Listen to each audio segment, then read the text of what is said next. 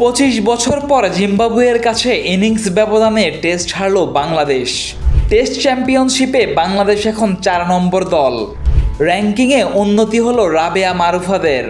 পর্তুগালের জার্সিতে বিশ্বকাপ বাছাই পর্ব খেলবেন অস্ট্রেলিয়ার ক্রিকেটার। নিজে বিদায় নিয়ে ইংল্যান্ডের টেস্ট অধিনায়ক খুঁজে দিলেন বেন স্টোকস। সারাদিনে ঘটে যাওয়া ক্রিকেটের দেশি বিদেশি খবরগুলো এক নজরে দেখে নেওয়া যাক।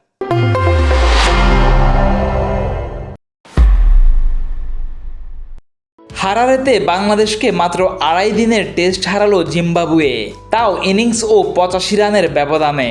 টাইগার ব্যাটারদের যাচ্ছে তাই ব্যাটিংয়ে 25 বছর পর বাংলাদেশ পেল এমন লজ্জা। প্রথম ইনিংসে বাংলাদেশের করা 140 রানের জবাবে জিম্বাবুয়ে করে 410 রান। দ্বিতীয় ইনিংসে বাংলাদেশ গুটিয়ে যায় মাত্র 185 রানে। জিম্বাবুয়ের বিপক্ষে ম্যাচটি টেস্ট চ্যাম্পিয়নশিপের অংশ ছিল না, তাই এমন বাজে হারের পরও বাংলাদেশ কিনা টেস্ট চ্যাম্পিয়নশিপের পয়েন্টস টেবিলে উঠে গেল 4 নম্বরে। মূলত ওয়েস্ট ইন্ডিজের কাছে শ্রীলঙ্কা বাজেভাবে হারার কারণেই এই পরিবর্তন। 1 নম্বরে আছে অস্ট্রেলিয়া, 2 নম্বরে দক্ষিণ আফ্রিকা। ইংল্যান্ডকে হারিয়ে নিউজিল্যান্ড উঠে গেল 3 নম্বরে।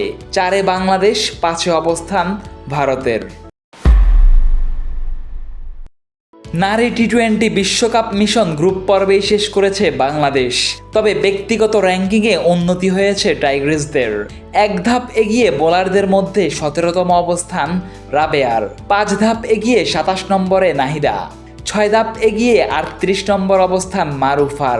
ব্যাটারদের মধ্যে 1 ধাপ এগিয়ে 20 নম্বরে জ্যোতি, 4 ধাপ এগোনো সোবহানা মোস্তারির অবস্থান 44তম। পর্তুগালের জার্সিতে ক্রিকেটে অভিষেকের অপেক্ষায় আছেন অস্ট্রেলিয়ার হয়ে 44 ম্যাচ খেলা মইসেস হেনরিক্স। মূলত তার জন্ম পর্তুগালে, বেড়ে ওঠা অস্ট্রেলিয়ায়।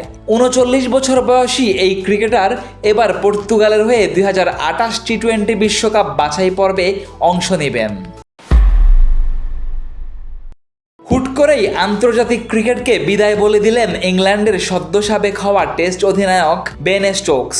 এই তারকা অলরাউন্ডার নিজে বিদায় নিলেও ইংলিশদের পরবর্তী টেস্ট অধিনায়ক হিসেবে হ্যারি ব্রুকের নাম জোরালোভাবেই বললেন। বর্তমানে ওয়ানডে ও টি-20 দলের নেতৃত্বে থাকা ব্রুক টেস্ট দলেও স্টোকসের সহ অধিনায়কের দায়িত্ব পালন করছেন। ফেসবুক, টুইটার, ইউটিউব সহ সামাজিক যোগাযোগ মাধ্যমে আমাদের ফলো করুন।